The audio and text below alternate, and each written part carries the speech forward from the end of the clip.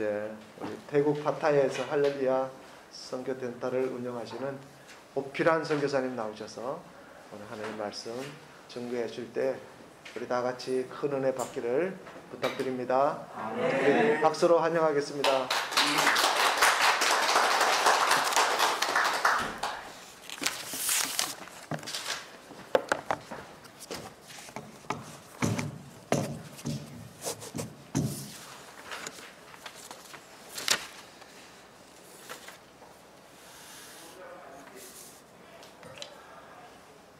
네, 이거를 쓰고 할까요? 벗어도 괜찮겠어요? 또 부담이 되실까봐. 건강합니다. 네, 검사를 태국서 들어오기 전에 병원에서 검사를 받아야 했고, 안 그러면 또 입국을 안 시키니까 한국에 왔는데 또 검사를 받아야 된다는 거예요. 그래서 코가 허를 정도로 계속 이틀에 한 번씩 검사를 받아야 되니까 얼마나 힘들었던지요.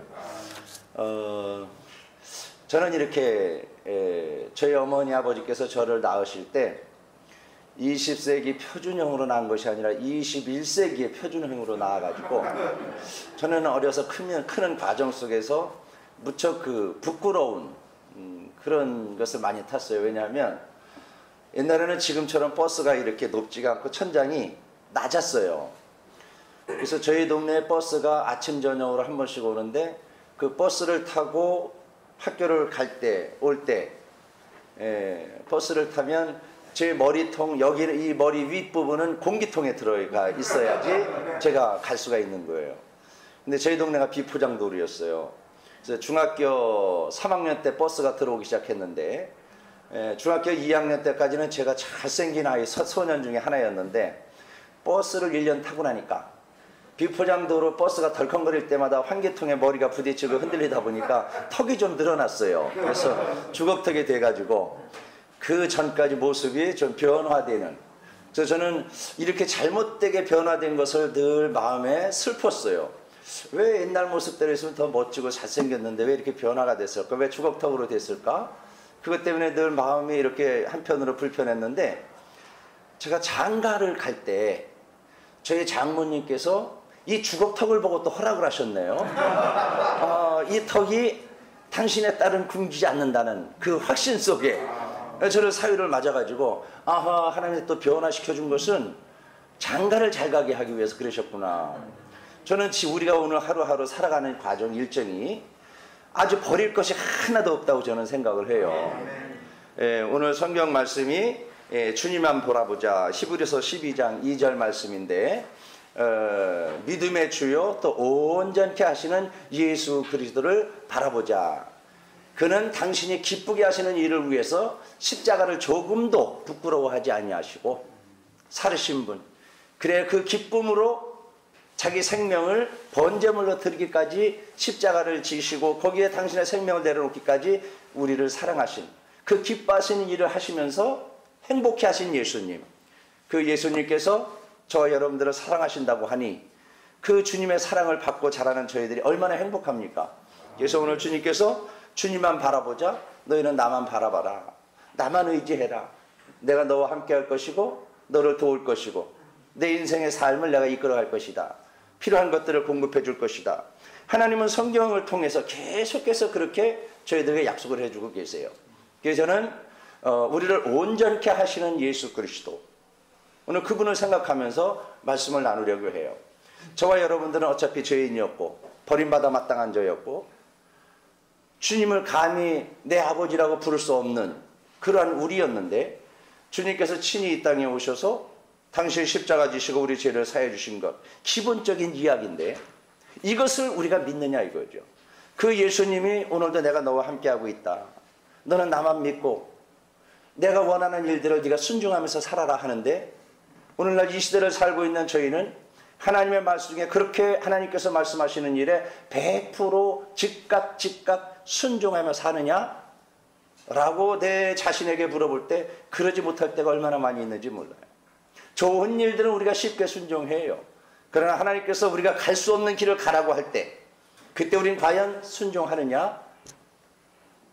그것을 내 자신에게 한번 되돌아볼 때가 너무나 많이 있습니다. 순종이라고 하는 것은 예수님께서 우리에게 무엇을 요구하시든지, 내가 감당할 수 있는 일이든지 감당할 수 없는 일이든지 간에 즉각 내가 행동으로 옮기는 것을 순종한다라고 이야기를 합니다. 근데 우리는 주님께서 우리가 할 수 없는 어려운 일들을 우리에게 요구하실 때 우리는 그것은 안 돼요, 할 수 없어요 할 때가 너무나 많이 있어요. 엊그저께 눈이 왔지요. 예를 들어서 아버지가 아들에게 너 좀 세차 좀 해라 하는데, 어이 아빠 오늘 일기 보니까 눈 온대요. 눈 오면 세차 하나만 하는데 뭐 하려고 해요 하고 큰아들이 안 해요. 근데 둘째 녀석한테 얘기했더니 그도 일기예보를 들어서 눈 오는 거 알아요. 그런데 아버지의 말씀이니까 예 알았어요. 세차를 해도 소용없어요. 좀 이따 눈 오면 또 지저분해지니까. 그럼에도 불구하고 알면서도 아버지께서 말씀하셨기 때문에 아버지의 기쁨을 위하여 세차를 해놓습니다. 순종하는 자는 둘째지요. 그렇습니다. 오늘 우리는 그 둘째 자리에 서야 한다는 것 사실입니다. 그래서 주님께서 어떠한 말씀을 하시든지 우리는 그 말씀에 적극적으로 순종할 수 있는 삶의 자리에 서 있어야 하나님께서 우리를 사랑하시는 주님께서 저와 여러분들과 함께 하실 것이고, 여러분들이 걸어가는 발걸음을 인도하실 것이고, 여러분들의 부족한 것을 채워주실 줄로 믿습니다. 불순종과 순종은 우리의 인생을 좌우해요.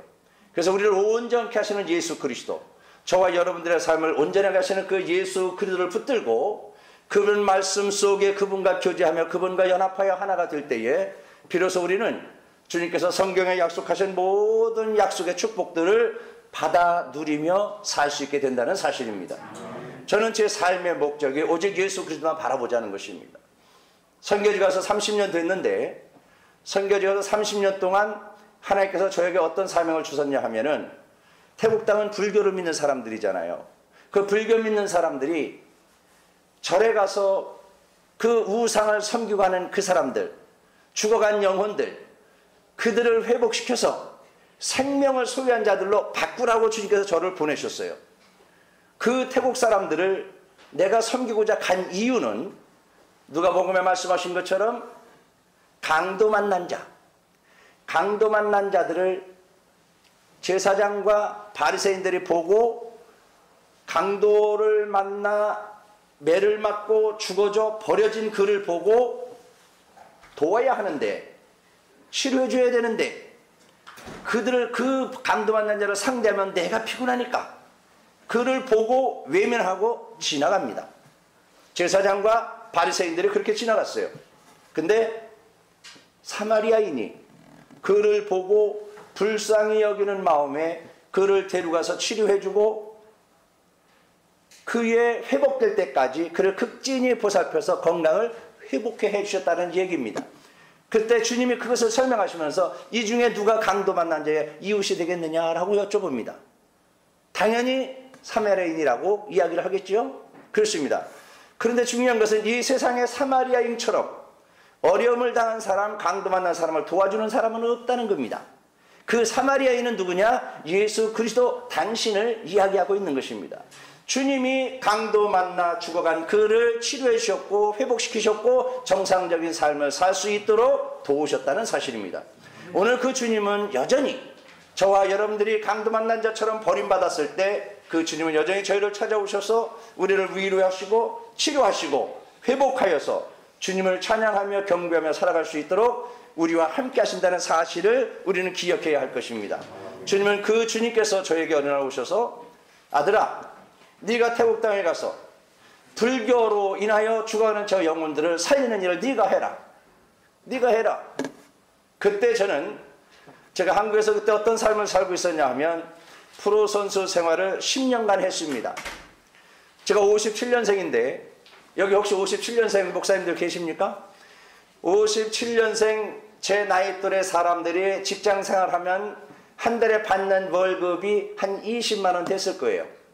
제가 1980년도부터 프로 선수 생활을 해왔으니까 그때는 아마 15만 원, 좀 시간이 80년대 중대 가면서 한 20만 원, 그리고 제가 은퇴할 90년대쯤 되면 한 30만 원 요 정도 받았을 것입니다. 근데 저는 그때 한 달 월급이 600만 원이었고, 그리고 프로팀에 들어갔을 때에 강남에 아파트를 2채 살 수 있는 돈을 제가 받았습니다. 그래서 제가 선교지 가기 전에 신사동의 34평 아파트에 살고 있었어요. 자, 이렇게 살고 있는데 어느 날 하나님께서 네가 태국에 가서 복음을 증거하라는 거예요. 여러분들이면 어떻겠습니까? 한국에서 있는 모든 삶, 여유로운 삶을 다 내려놓고 태국 땅을 가야 하는 겁니다. 그때 제 주변에 있던 모든 축구선수 친구들이 너 거기 가서 어떡하려고 그러냐? 선교지 가면 애들 교육은 어떻게 시키려고? 뭘 먹고 살으려고? 그렇게 저에게 질문을 하는 겁니다. 어떻게 할 것이냐? 대책도 없이 네가 선교사로 가서 뭘 어떻게 하려고 그러냐? 그때 저는 나를 온전케 하시는 예수 그리스도를 신뢰했기 때문에 저는 갈 수 있었습니다. 내가 소유한 것을 내려놓을 수 있었습니다. 주님이 계셨기에 내가 소유한 것보다 예수 그리스도께서 소유하고 계신 것이 더 고귀하기 때문에 내 것 보잘것없는 그 아파트 직업 600만 원 이것은 예수님과 비교할 때 아무것도 아닌 것이기에 그것을 내려놓을 수 있었던 것입니다. 그리고 주님의 손을 잡고 주님의 이끄심을 잡고 저는 태국 땅으로 떠났습니다. 그들을 섬기기 위해서. 30년이 지났습니다. 그렇게 순종해서 태국 땅에서 30년 동안 살고 지나온 시간 동안에 주님은 어떻게 저와 함께 역사하셨는가? 어떻게 역사하셨을까? 30년을 예수와 그리스도와 연합해서 함께 살아온 나의 삶을 주님은 어떻게 이끄셨을까? 오늘 그 이야기를 하려고 합니다. 예수님께서 처음 이 땅에 오셔서 첫 번째 기적이 가나안 혼인잔치에서 포도주가 떨어졌지요. 잔치집에 포도주가 떨어지면 잔치는 파장해야 합니다. 그때 주님께서 물로 포도주를 만드셨다는 사건. 그렇죠? 어느 신학교에서 시험을 치르는데 이 사건에 대해서 논술, 기술하라고 시험 문제를 냈습니다. 이제 신학생들이 이렇게 쫙 앉아 있어요. 근데 교수님이 보니까 한 학생이 문제를 풀지 않고 눈을 지그시 감은 채 주어진 시간은 40분인데 30분이 지나도록 아무것도 안 하고 눈을 감고 앉아있는 모습을 봤습니다. 그러니까 그 교수님이 걱정이 돼가지고 그 학생 옆을 가서 야, 너 100 지나면 0점 처리한다 하고 이야기를 해줬어요. 그런데도 이 친구는 눈을 감고 아무 짓도 안 하고 가만히 있어요. 그러다가 자리에서 일어나기 직전에 뭐라고 한마디 적고 일어나서 나갔는데 그 시험지를 이렇게 보니까 교수님의 시험지를 보니까 이렇게 기술했습니다. 물이 혼인잔치집에 포도주가 떨어져서 예수님의 물로 포도주를 만든 사건을 기술하라고 했는데 그 신학생은 이렇게 썼습니다. 물이 예수 그리스도를 만나니 얼굴이 붉어지더라. 그렇게 썼어요. 후에 이 사람은 영국의 유명한 시인이 된 거예요. 그런 기질이 있죠. 물이 예수를 만나니 얼굴이 붉어지더라. 이렇게 멋지게 표현할 수가 없어요. 그래서 저도 여러분들에게 물어보려고 그래요. 시인. 이제 이것을 토대로 여러분들한테 이제 질문하는 겁니다. 여러분들은 예수 그리스도를 만나서 뭔 색으로 바뀌었는지요? 여러분들의 인생이 어떻게 바뀌었습니까? 주님이 물어보시는 거예요. 너 나를 믿는다고 하는데 나를 믿고 난 이후에 네 삶이 어떻게 바뀌었느냐? 이거를 지금 주님이 물어보고 계세요. 우리는 예수 그리스도를 만나면 반드시 우리의 모습이 변화되어야 됩니다. 이것이 하나님과 함께하는 사람의 증거예요. 사도 바울이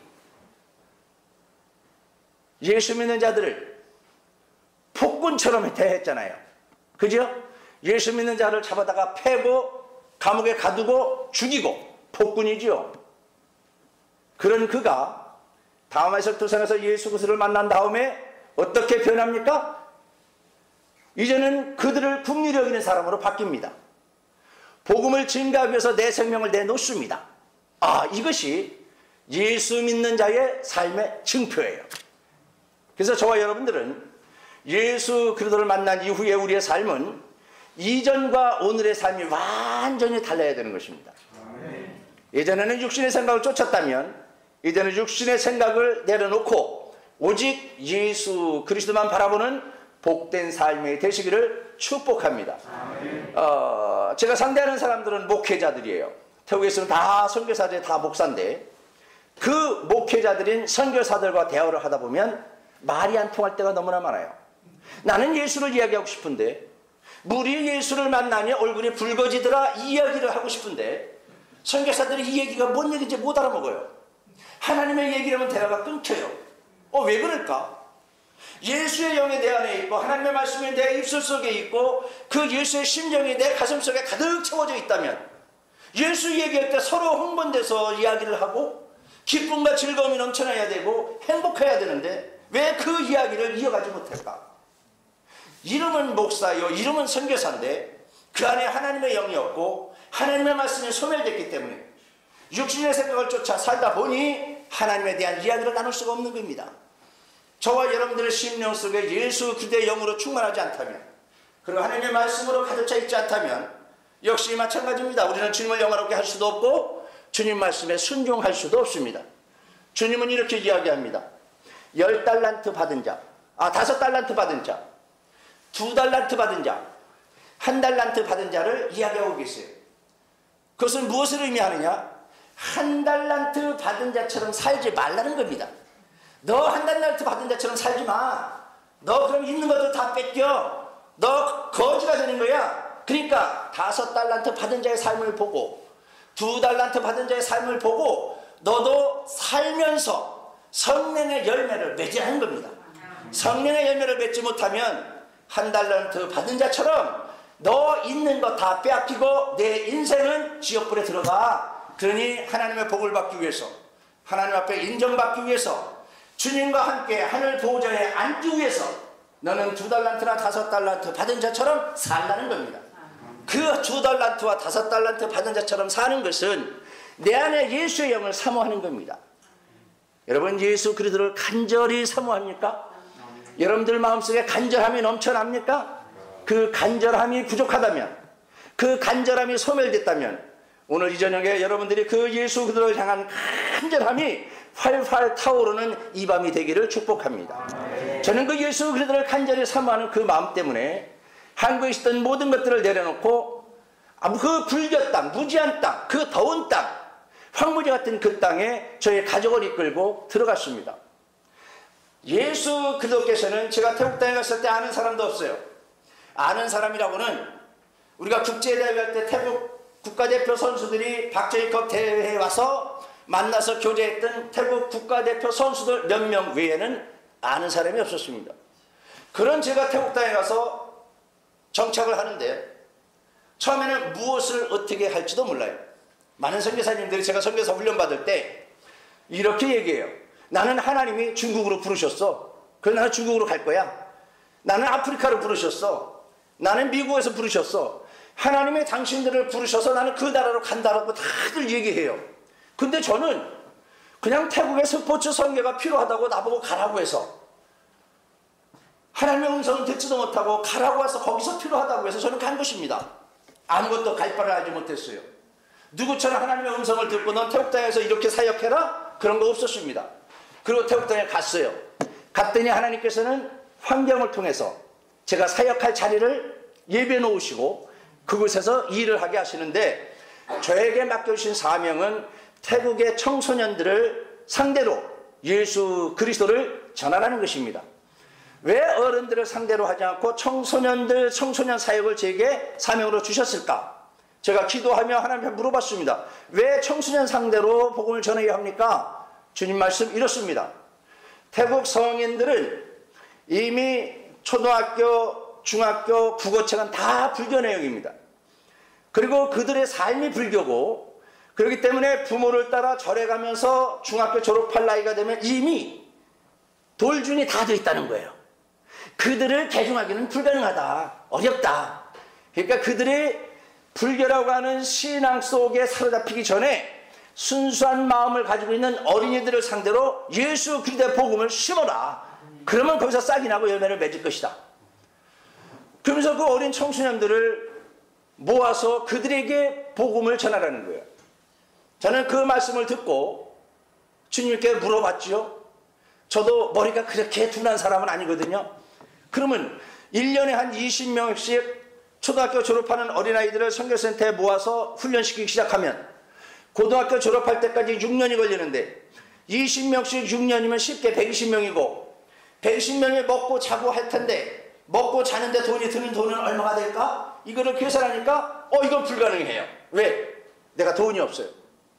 후원하는 교회가 아직 한 군데도 없어요. 그런데도 주님께서는 그 일을 하라고 하세요. 그러면 주님께서 하라고 하면 돈이 없어도 해야 할까요? 말아야 할까요? 믿음의 사람은 해야 해요. 그래서 주님이 하라고 하실 때 저는 순종해서 그 일을 시작을 했습니다. 첫 해에 20명을 데려오고 둘째 해에 또 20명을 선발하고 3년 때에 60명이 됐습니다. 근데 이게 웬일입니까? 믿음으로 순종하면 필요한 것들을 공급해 주셔야 하나님께서 물질을 주지 않으세요. 기도로 돕는 자들을 붙여주지 않아요. 왜요? 제가 운동을 은퇴하고 평신도 선교사로 갔기 때문에 30년 전 평신도 선교사는 선교사도 아니야. 이거는 선교지에 있는 목사들이 인간 취급도 안 할 때예요. 그냥 가방잡이나 하라고 노골적으로 이야기를 할 그 시대. 근데 저는 주님이 부르신 것에 기뻐해서 가가지고 일 순종하고 일을 했는데 물질을 지원해 주지 않으시는 하나님. 제가 얼마나 놀랐겠습니까? 내가 알고 믿고 온 하나님은 그렇게 순종하면 물질도 도와주시고 함께 일할 동역자도 붙여주시고 기도로 협력할 동역자도 붙여주시는 것으로 나는 믿고 시작했는데 하나님은 냉정하게 나에게 눈길도 마주치지 않아요. 자, 이러면 여러분들은 어떻게 하시겠습니까? 사역을 그만 집어쳐야 되지 않겠습니까? 보세요. 3년 지나니까 돈이 누구도 후원하는 데가 없으니까 내가 선수 생활 10년 하면서 모았던 돈을 다 썼어요. 이제 돈이 없어요. 제 통장에. 그러니까 제가 딜레마에 빠진 거예요. 이걸 어찌할꼬? 그만둘까요, 하나님? 그리고 하나님 결판을 내려고 그만둬야 합니까? 그때 주님께서 정확하게 저에게 아들아, 너 집 있잖아. 신사동에 30평 아파트 있다는 거예요. 그럼 그거 어떡하라고요?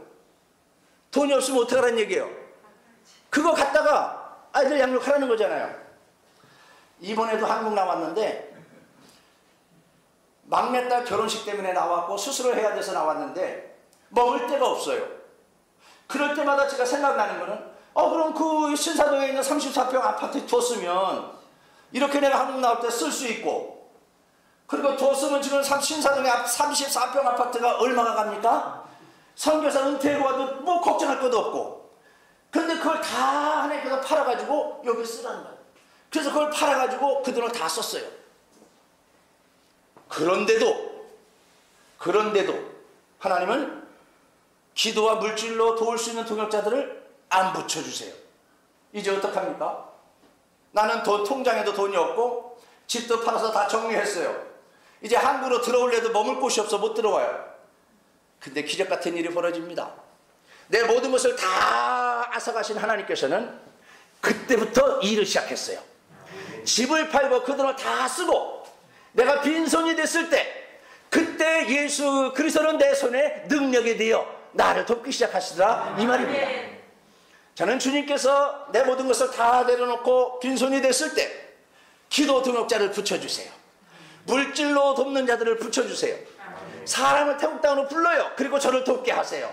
기적 같은 일들이 계속해서 일어납니다. 그때 저는 그 일을 경험하면서 하나님은 살아계셔, 예수님은 나와 함께 하셔, 나는 그것을 계속해서 외치기 시작합니다.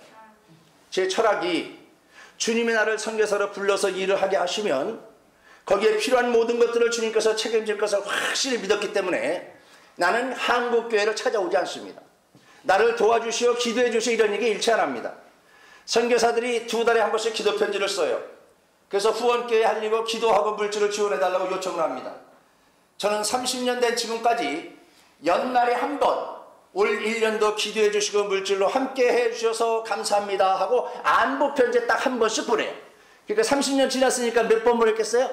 30번 보냈어요. 1년에 한 번씩. 선교사들, 많은 선교사들이 기도해 주세요, 물질이 필요합니다, 도와주세요, 이런 얘기를 많이 해요. 그런데 그 물질은 내가 찾기 시작하면, 지금 한국 선교센터에서 100명이 넘는 학생들을 양육하고 있는데 그 100명이 넘는 학생들을 먹이고 입히는 걸 내가 돈을 찾으러 다닌다면은 정신없이 교회들을 찾아다녀야 해요. 근데 이 일은 내 일이 아니라 물질에 있어서는 이것은 하나님께서 책임지셔야 할 일이기 때문에 철저하게 하나님 이거는 하나님 일이잖아요 하고 하나님께 맡겼습니다. 맡기는 것은 믿음입니다. 맡기는 자는 여호와 하나님 내 주 되시는 예수 그리스도를 바라보며 사는 사람만이 맡길 수 있습니다. 그렇지 않으면 어려울 때 우리는 불안해서 내가 직접 찾아 나서요. 근데 주님은 너는 나를 믿고 나를 신뢰해라. 내가 너의 모든 것들을 채워줄 것을 믿고 너는 기도하고 내가 지시한 대로 순종해라. 순종은 내가 해야 할 일이고 모든 그 위에 필요한 것들은 주님 앞에 맡기는 것. 이것이 믿음의 사람이 행하는 삶이다 이 말입니다. 저는 여러분들의 인생 속에서도 이제 연세들 아이고 제 목사님도 타소 좀 해야 되겠는데 태국에 가끔씩 오시는 목사님들이 계세요. 근데 60 넘은 목사님들은 다 저한테 와가지고 오성교사 노후 대책은 어떻게 하고 있어? 교단연금은 들어가고 있어? 아 그거 해야지. 노후 대책 준비해야지. 어떻게 하려고 아무것도 안 하고 있어? 저한테 와가지고 금신거리만 잔뜩 싸다가 그냥 남겨놔요. 옳다고 생각하십니까? 아니 선교사 은퇴는 아무것도 없어요. 저는 땅 살 때 선교사 그 퇴직금이라고 해서 한 달에 얼마씩 드는 것도 그것도 파기시켜가지고 그 땅값에 다 넣은 사람이에요. 그런 선교사한테 와가지고 노후 대책 해야지 안 하면 큰일 나 어떻게 살려고. 아이고 그 안에 하나님이 계신지 묻고 싶은데 어르신한테 감히 그렇게 이야기하려는 불성실한 자가 될 것 같아서 내 마음속으로 주님 감사해요. 뭘 감사할까요? 저런 마음 안 갖고 살게 해주셔서 감사해요. 세상 염려하지 않게 해주셔서 감사해요. 내가 주님을 의지하게 해주셔서 감사해요. 그 하나님 믿고 오늘도 담대하게 살 수 있어서 행복해요. 여러분 선교사는 돈이 없어요. 여기 계신 분들 중에서 목사님들도 계시다고 제가 말씀을 들었는데 목사님들 하나님께서 돈 안 주세요. 뭐 통장에 10억 20억 이렇게 넘겨놓도록 절대 그런 큰 돈 안 주십니다. 근데 뭘 주시는지 아세요? 목회자이고 목회자로 끝까지 헌신해서 살아왔고 한 달란트 받은 자처럼 살지 않고 5달란트 받은 자처럼 살아온 목회자에게 하나님께서 큰 돈을 주지는 않으시지만은 내가 쓸 수 있는 돈은 늘 쓸 수 있도록 채워주신다는 사실입니다. 뭔 말인지 알아듣신 거예요? 내가 쓸 수 있는 돈 하나님께서 내게 주신 사명 감당할 때 그 사명 감당하는 일을 할 때에 거기에 필요한 돈은 하나님께서 즉각 지원해 주신다는 것입니다. 그 증거가 30년 동안 100명이 넘는 학생들을 양육하는데 단 한 번도 하루 종일 먹을 것이 없어 금식한 적이 없다. 이것이 하나님의 기적이에요. 그때마다 하나님은 채우셨습니다. 공급해 주셨습니다. 때로는 이런 일도 있어요. 한 달을 먹고 살아야 할 돈이 와야 되는데 보름치밖에 안 온 적이 있어요. 그럼 이제 보름치를 위해서 기도하잖아요. 하나님 이 달은 보름 지난 후에는 먹을 것이 없네요. 그래서 기도해요. 오늘이 그 마지막 날이 됐어요. 오늘 점심 때 점심을 먹고 이제 저녁 한 끼 먹으면 내일부터 굶어야 돼요. 근데 아무런 기별이 없어. 하나님께서 금식하며 기도하며 부르짖고 있는데 손바닥만한 구름이라도 떠야 되는데 그 손바닥만한 구름도 안 보여요. 하늘이 가을 하늘처럼 청청해. 비 오기는 틀렸어. 그날 오후 해가 뉘어지는데 한국 여자분 3분이 저희 선교센터 안으로 들어와요. 제가 있는 데는 한국 사람이 단 한 명도 살지 않아요. 태국 사람뿐이 없어요. 근데 한국 사람 3사람이 찾아와서 저에게 인사를 해요. 선교사님 저희는 한국 사람들인데 이 지역에 온 지 6개월 됐습니다. 근데 교회를 찾아가도 교회도 없고 한국 사람도 없고 그래서 우리 세 가정이 모여서 6개월 동안 기도하고 예배드리고 그리고 헌금하고 모아둔 것이 이겁니다 하고 내놓고 가요. 무슨 돈이에요? 나머지 15일치 일용할 양식이었어요. 하나님께서는 이렇게 우리의 저를 통해서 계속 하나님을 경험하게 하세요. 그러니 이렇게 30년을 살아온 제가 무엇이 두렵겠습니까? 오늘 없어도 아침에 없어도 점심이 없어도 저녁이 다 되어 없어도 걱정하지 않는 것은 내일 아침이 되기 전에 하나님의 기적을 일으킨다는 사실입니다. 내일 아침이 되기 전에 기적을 일으키는 거예요. 하나님은 그러한 믿음을 저에게 심어주기 위해서 계속해서 저를 이끌어 오셨어요. 제가 태국 학생들을 120명 이상 양육할 때에 그들을 먹이고 입히고 해야 된다고 그랬는데, 사실은 제가 축구를 가리키면서 선교센터 운영을 할 때에 돈 많은 집 아이들을 데려다가 훈련을 시키면 내 돈을 투자하는 것이 아니라 돈을 받고 아이들을 가르칠 수가 있어요. 돈을 받고 내 돈 안 쓰고. 그런데 그들에게 하나님의 복음을 강제로 주입할 수 없는 법이 되어 있어요, 태국에. 그러니까 그 태국 학생들에게 복음을 강제로도 주입시킬 수 있는, 자유롭게 주입시킬 수 있으려면 내가 그들에게 도움을 주면서 그들이 감사한 마음에 예수 그리스도를 영접할 수 있도록 만들어야 되는데, 그것이 무엇이냐? 가난한 집 아이들, 학교 갈 수 없는 아이들, 그 아이들을 1년에 20명씩 선교센터에 데려다가 그들을 먹여주고 입혀주고 공부시키고 축구할 수 있도록 여건을 만들어서 거기서 6년을 버티고 대학교 졸업하면 프로팀 가고 학교 선생이 될 수 있도록 만들어주는 것, 이것이 너무나 아름답기에 그들은 예수 믿는 것도 마다하지 않고 오는 것입니다. 그래서 축구 선수가 돼서 지금 30년 지난 후에 저희 센터에서 프로 선수들이 30명이 넘게 배출됐어요. 대표 선수가 3명이 나왔어요. 목회자들이 10명이 넘게 나왔습니다. 그들이 지금 교회를 개척해서 일하고 있어요.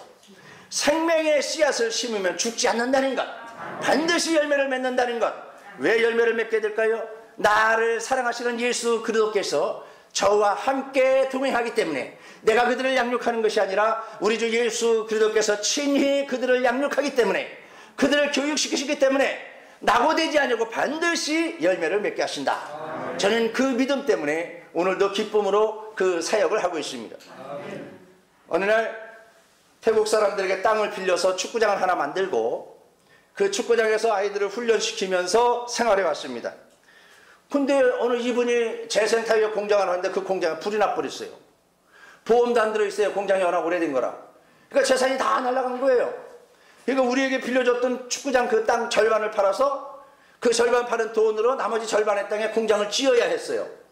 그러니까 우리는 어느 날 갑자기 축구장이 없어진 거예요. 그때 제가 하나님 앞에 기도합니다. 하나님, 모든 것은 다 잘 되는데 왜 축구장을 하나님 빼앗아갑니까? 도대체 무슨 이유입니까? 기도하고 얻은 결론은 하나님께서 우리에게 직접 우리의 축구장을 주시려고 하는가 보다. 안 그러면 축구장을 가져가실 일이 없잖아요. 멀쩡히 사용했던 축구장을 하나님 왜 가져가시느냐고요. 그래서 하나님 축구장 주실 거예요? 그래서 그때부터 기도하기 시작합니다. 기도하는데 하나님께서 구체적으로 보여주세요. 이것이 너희들 땅이고 너희들 앞으로 여기 가서 축구장을 만들고 선교센터를 여기다 세우고 사역할 것이다. 근데 그 땅이 너무나 아름다워요. 태국 파타야 지역에서 그 정도 땅을 사려면 이거는 1억 가지고 되는 일이 아니에요. 10억 단위가 넘어가요. 그래서 제가 하나님 앞에, 내가 돈이 없는데요, 어떻게 이 큰 땅을 어떻게 사요? 그리고 주님께서 물어봐요. 그 땅이 어디 있는데요? 그러니까 철길 지나면, 다리골 지나면 그쪽 지역에 그러한 땅이 있다는데, 그 철길 지나에 있다는 그 땅을 제가 찾기 위해서 철길이 쫙 있으면 동으로 60km 철길마다 다 들어가서 2주일을 다녔는데 없어. 이제 서쪽으로 가요. 60km 지점까지 다 찾았는데 없어. 여러분들이 뭐 어떨까요? 저는 이랬어요. 내가 헛것을 봤나 보다. 내가 너무 축구장을 사모하니까 하나님께서 헛것을 보게 하셨는가 보다. 그리고 나중에 땅을 한 달간 그렇게 동서로 찾아다니다가 마지막 날은 머리가 너무너무 아파요. 그리고 지쳐가지고 차를 돌리고 오는데 팻말이 보이고, 땅을 판다는 팻말이 보이고, 그 팻말 땅을 이렇게 보는데 주님께서 보여준 그 땅이 거기 있어요. 그게 2만 평짜리였어요. 땅 가격을 알아보니까 20억 달러. 근데 그 땅을 깎아서 12억에 흥정을 했어요.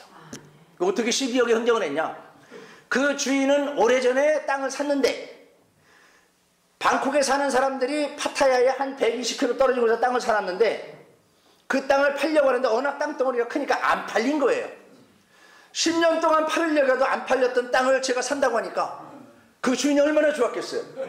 근데 제가 선교사라, 나 선교사라 돈이 없고 당신네 나라 백성들을 돕기 위해서 나는 이 땅이 필요한 것이니 당신이 좀 깎아주시오 해서 12억에 그 땅을 매입하게 됩니다. 근데 아멘 소리가 커서 저 지금 참 좋은데 12억은 어디서 가져올까요? 돈이 하나도 없어요. 12억 어떡해요? 하나님께서 아들아 걱정하지 마. 넌 기도만 해. 넌 기도만 하라는 거예요. 근데 말이 쉽지. 돈은 한국에서 와야 되는데 태국 땅에서 기도한다고 그 돈이 생기겠어요? 안 생기잖아요. 근데 하나님은 걱정하지 마. 넌 기도만 해. 기도한 지 2년이 지났습니다. 2년 된 날 한국에서 전화가 와요. 그분이 누구냐 하면 축구장 없어진 그때에 단기팀을 이끌고 우리 선교센터로 와서 보시고 땅 절반 팔아서 축구장을 쓰던 절반 땅을 팔아서 공장을 짓고 우리는 거기서 이제 떠나야 하는 그 슬픈 사정을 눈으로 목도하신 목사님이 2년 후에 전화가 온 거예요. 그분이 오선교사 땅 어떻게 됐어? 기도 중! 이러면 기도 중! 그랬더니 그 목사님이 그러냐? 그러면 내가 2억을 보내줄 테니 오늘 기약해라. 2억이요? 그렇다면 2억 원을 보내겠다는 거예요. 2억이 어떻게 나왔어요? 그랬더니 전세기. 전세기가 뭐예요?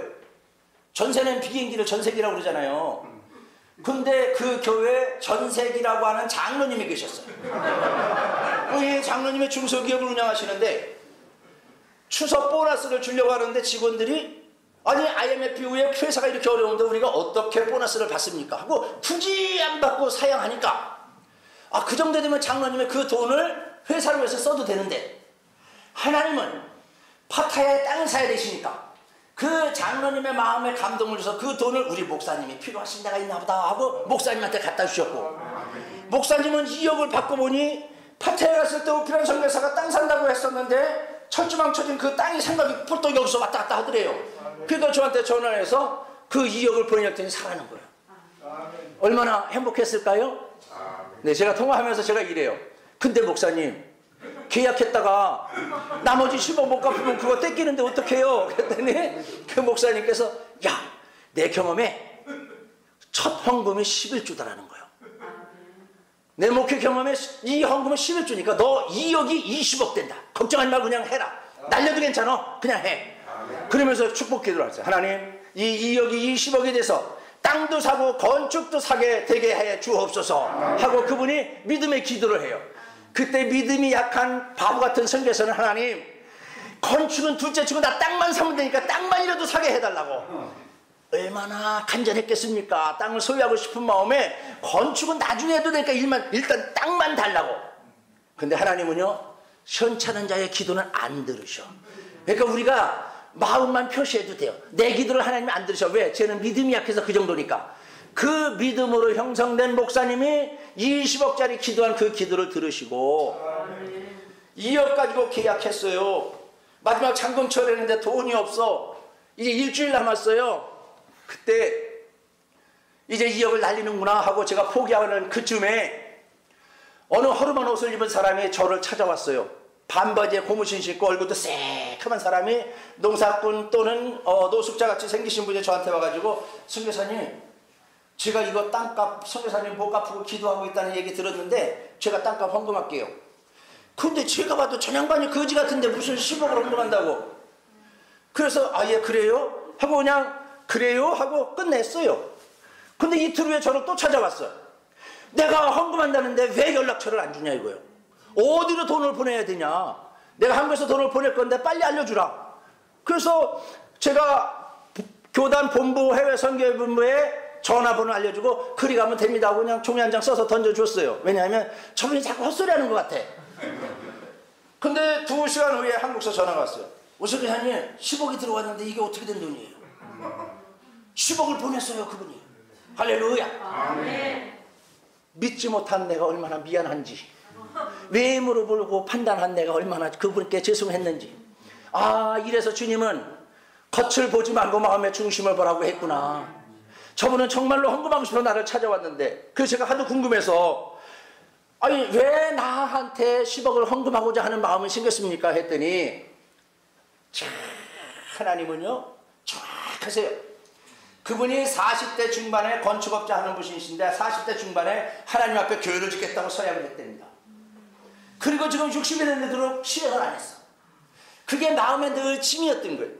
이거 교회를 지어야 되는데 이대로 가다 나 하나님한테 야단 맞을 수도 있는데, 근데 이분이 어느 날 뇌졸중 비슷한 게 왔어요. 한겨울에 지금 이 시대에. 그러니까 의사 선생님께서 추운 한국 땅에 있지 말고 따뜻한 나라에 가서 있어야 이게 도움이 됩니다. 지금 하나님께서 작업하시는 거 보이세요? 제가 이렇게 얘기했을 때 느낌을 받은 분들은 이제 하나님을 잘 모르는 분들이야. 벌써 제가 요 정도 왔으면 아 하나님 지금 일을 하고 계시구나, 이걸 눈치를 채셔야 되는 거예요. 그러니까 이분이 따뜻한 나라로 가려고 비행기표를 끊고 갔어요. 어디로 갔을까? 필리핀, 싱가포르, 인도네시아 다 따뜻해. 근데 하나님의 목적은 태국이잖아요. 오피란이 땅 사게 하는 거. 그러니까 이분을 태국 땅으로 인도하셨어요. 태국에 오셔도 방콕, 공항이 방콕 시내에 있는데 방콕에 머물면 나하고는 아무 연관없잖아요. 그러니까 이분을 파타야로 옮겨 놓으시고, 그 파타야에서 운동을 하려고 건강회복을 해서 운동을 하러 골프 치러 가는데 그 골프장이 우리 센터를 반드시 지나가는 그 길 가도로 골프장을 섭외하게 하셨고, 왔다 갔다 하다 보니까 오피란 선교사가 땅 산다는데 그가 누군가 하고 보니까 3개월을 저를 지켜봤는데 하루도 안 빠지고 땅을 파고 있더라는 거예요. 그것에 감동을 받았대. 아이고, 감동받을 일이 따로 있지. 목사가 땅 파는 게 무슨 감동받을 일이에요. 그렇잖아요. 목사는 기도하고 성경 봐야죠. 근데 그분은 제가 쉬지 않고 땅 파는데 감동을 받았어요. 그래서 아 저분이라면은, 저렇게 열정적이고 열심히 하는 분이라면 내가 신뢰할 수 있겠다. 와가지고 10억을 헌금한 거예요. 할렐루야. 아멘. 땅값을 치렀어요. 건축을 해야 해요. 그래서 교회를 짓는데 150명 들어갈 만한 터에 바닥 콘크리트를 치고 이제 기둥을 올리는데, 그분이 골프 치러 갔다 오면서 또 왔어요. 선교사님, 등치는 남산만한 분이 왜 교회를 이렇게 조그맣게 짓냐는 거예요. 그래서 제가 이거 지금 150명 들어갈 수 있을 정도로 예배당을 지은 건데 태국 땅에서는 성도가 150명이 안 됩니다. 부흥이 안 돼서 불가능합니다. 그러니까 이게 150명 교회에 들어갈 수 있도록 짓는 규모는 작은 게 아니라 뭐예요? 큰 겁니다. 그랬더니, 그리고 제가 교회를 더 크게 늘리지 않았더니 마지막 날 와가지고 등치는 남산만한 양반이 그릇은 조금 해가지고 교회를 이렇게 지으려고 하니, 앞으로 연합예배 안 드려요 태국 사람들? 연합예배 드리면 150명이에요 10명씩 되는 교회 20경은 그만해도 200명이고 이 교회에 100명 이상 되는 150명 되는 사람들 들어오면 어떻게 예배 드리냐 이거. 또 그냥만 얘기 들으니까 맞네. 그래서 그분이 그러면서 크게 짓자고 하는데 10억을 헌금하신 분이 이 교회 크게 진다고 헌금을 또 할 수 있겠어요? 제 믿음이에요. 그래서 그냥 콘크리트 철근을 올려버렸지, 기둥을. 그랬더니 다급하게 4억을 들고 와서, 목사님 제가 크게 짓자고 하면 목사님 그냥 지르라는 얘기예요. 그냥 지르셔야지. 그냥 기둥을 세우면 어떡하려고. 기둥 세우면 더 확장이 안 된다네, 건축업자 얘기가. 그래서 그 4억을 받고 교회도 크게 짓고 또 아이들 선교센터도 짓고. 할렐루야. 하나님은요, 내가 간절한 마음으로 하나님을 찾으면, 그리고 그 하나님을 신뢰하고 내 필요한 것들을 채워줄 거로 믿고 걸어가면 하나님은 반드시 채워주시는 분인 줄 믿으시기 바랍니다. 저는 그렇게 하나님을 한 번 경험해가면서 예수 그리스도를 향한 간절한 마음이 더욱더 짙어지는 겁니다. 물이 예수를 만나 얼굴이 붉어지듯이 내가 예수 그들을 만난 이후에 내 삶은 계속해서 성숙해 가고 있는 것입니다. 성숙해 간다는 것은 발전한다는 것이잖아요. 우리가 퇴보해서는 안 되고 예수를 만난 저와 여러분들은 계속해서 발전해 나아가야 될 줄로 믿습니다. 감사한 것 중에 하나가 청소년들 사역을 하니까 오전 시간은 제 시간이에요. 새벽은 되게 바빠요. 새벽 예배하고 그 아이들과 함께 하고 그 아이들 학교 다 보내고 그러면 아이들 학교 간 다음에 센터에 돌아오는 시간이 3시 반이 돼야 돌아와요. 그러면 그 나머지 오전과 3시 반까지 시간은 제 시간이에요. 그때 하나님께서 저에게 너는 나와 함께 지내자. 그때 간절함이라고 하는 단어를 하나님께서 제게 주셨어요. 너 나를 향한 간절함을 품고 너는 오늘부터 나를 알기 위해서 시간을 투자해라. 내가 그때까지만 해도 하나님을 잘 몰랐어요. 하나님은 어떠한 속성을 가지고 있는지, 하나님은 어떤 마음을 가지고 계신지, 어떤 방법으로 저와 여러분들을 사용하기를 원하시는지 제가 정확히 몰랐다는 얘기입니다. 그래서 그때부터 성경을 펴고 새벽 예배 끝나고 아이들 학교 보낸 이후부터 사무실에 앉아서 계속해서 성경을 묵상하면서 하나님 알고 싶어요. 나 하나님을 알고 싶으니 하나님을 내게 알려주세요. 매일같이 무릎 꿇고 울면서 주님 앞에 부르짖습니다. 그런데 신학 공부를 체계적으로 하지 않은 내가 하나님의 말씀을 읽어도 뭔 말인지 제대로 알 수가 없었고 그것을 정확히 이해하기가 어려웠습니다.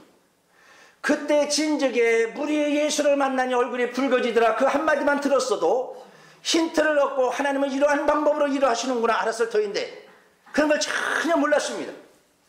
다윗이 골리앗과 싸울 때 골리앗은 창과 방패를 들고 나왔는데 다윗의 손에는 아무것도 없더라라고 기록해져 있는데 그는 그 어마어마한 등치의 칼과 창을 들고 나와 싸우는데 다윗의 손에 아무것도 없으면 어떻게 이기냐 이거예요. 물맷돌로 이겼어요? 아니에요. 다윗의 손에 아무것도 없었지만은 그 손에는 예수 그리스도 하나님 당신이 다윗과 함께 했다는 것입니다. 다윗의 손이 빈손인 것 같았지만 하나님의 능력이 다윗의 손에 붙들려 있었다는 것입니다.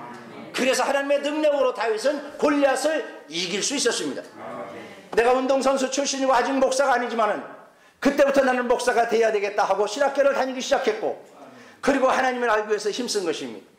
하나님 마음이 어떤지 알려주세요. 내가 이런 행동을 할 때 하나님은 어떠셨을까? 그렇게 하나님을 알기 시작했습니다. 그리고 어느 날 그렇게 한 20년쯤 시간이 흘렀는데 10년 전이에요. 20년쯤 시간이 흘렀는데 성경이 눈에 들어오기 시작해요. 하나님이 왜 이 말을 썼는지 알게 되어졌어요. 이 땅에 하나님의 창세기를 기록할 때 하나님의 빛을 만드시고 보니 참으로 좋았더라. 도대체 하나님께서 빛을 만드시고 무엇이 좋았을까? 무엇이 좋았을까요? 빛을 예수 그리스도. 언젠가 때게 되면 예수 그리스도께서 빛이신 예수 그리스도가 이 땅에 오실 것, 그래서 죄인된 인간을 구원하실 것, 그것이 너무나 좋아서 행복했다라고 하는 이야기입니다.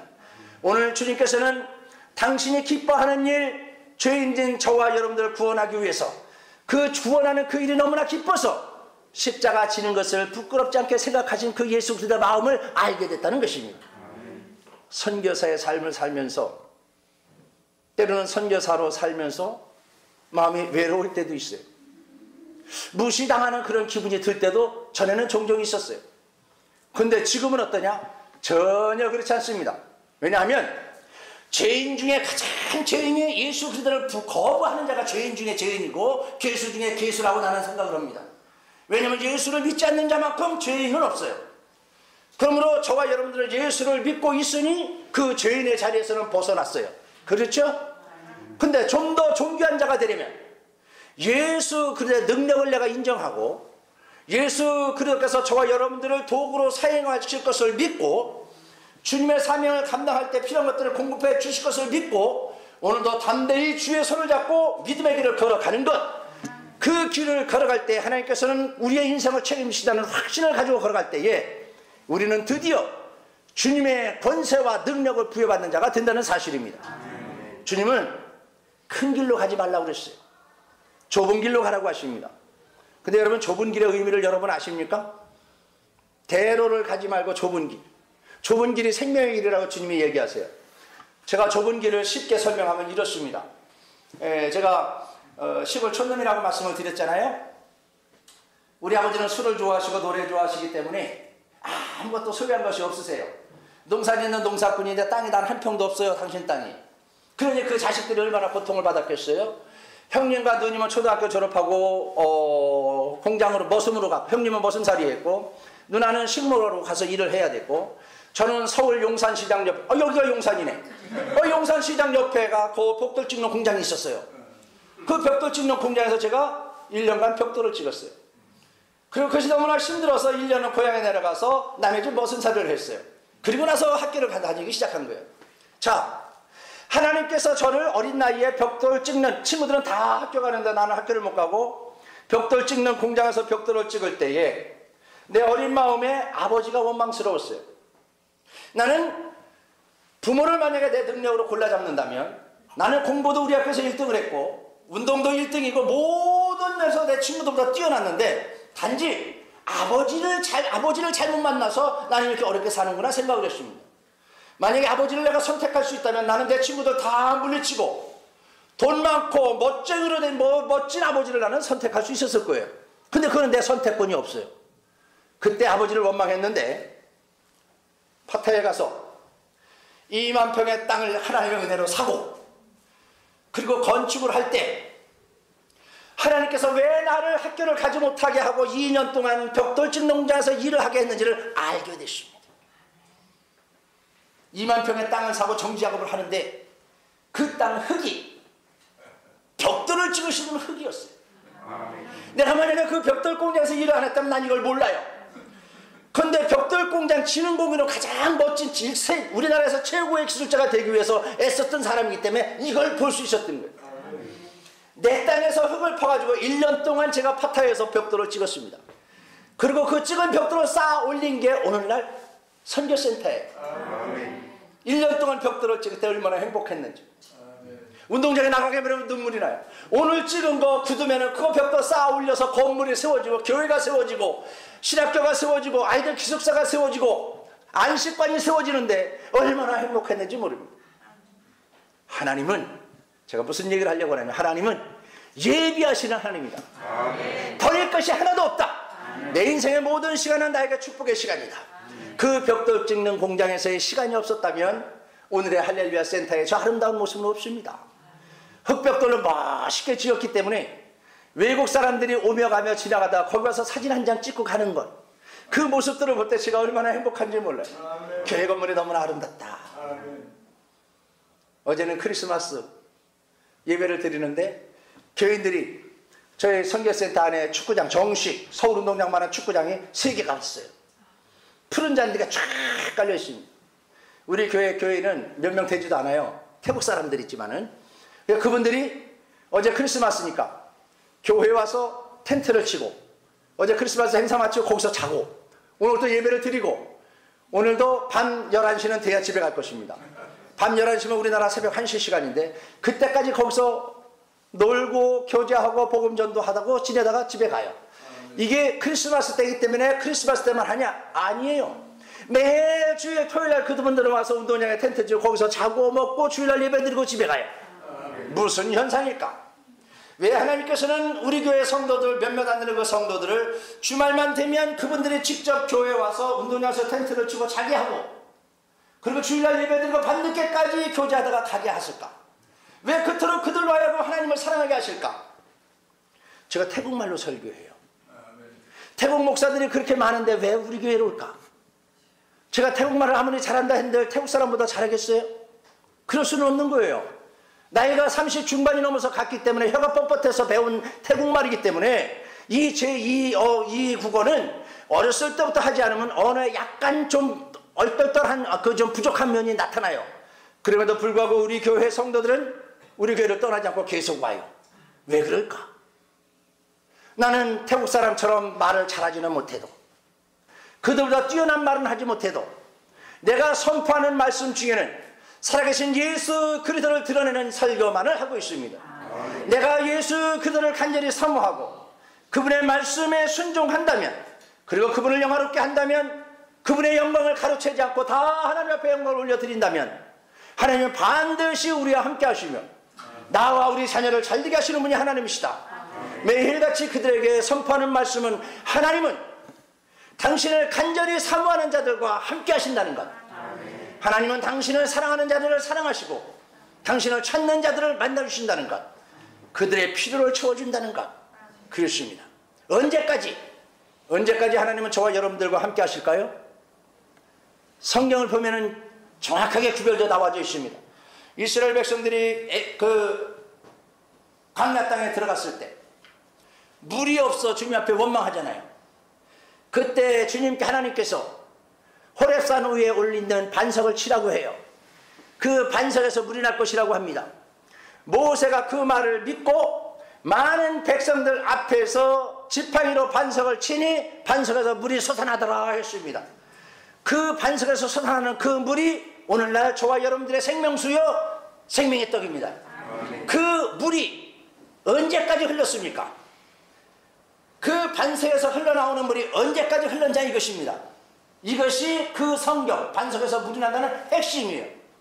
반석에서 물이 터져 나온 그 물은 이스라엘 온 백성들이 먹고 마시도록 넘치도록 나왔는데 그 물이 언제까지 나왔냐?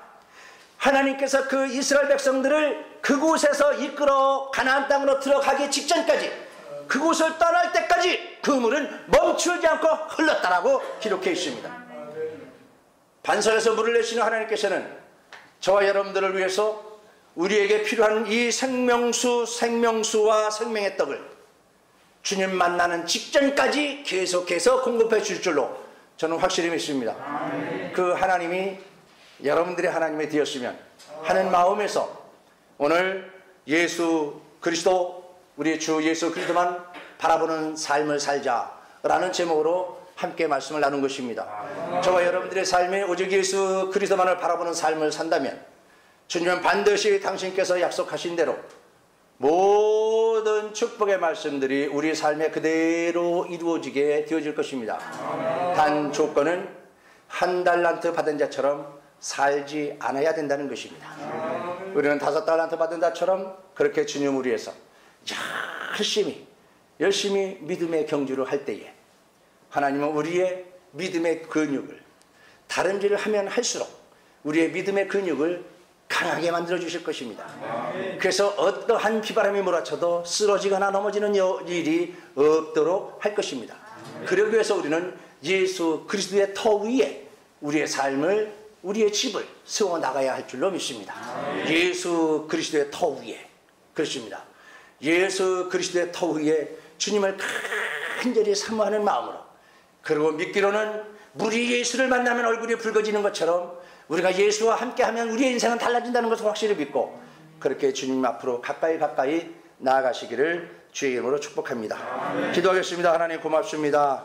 오늘도 부족한 종을 불러주셔서 주님을 간절히 사모하는 마음을 가지고 예수 그리스도만 바라보는 삶을 살자는 제목으로 말씀을 나눴습니다. 여러 가지 말씀 중에 하나님, 우리 사랑하는 함께 말씀을 들은 모든 분들에게 소망이 되기를 원하고 믿음의 한 길잡이가 되어줬으면 하는 바람이 있습니다. 주님 붙잡고 믿음으로 승리하는 삶이 되게 하여 주시옵소서.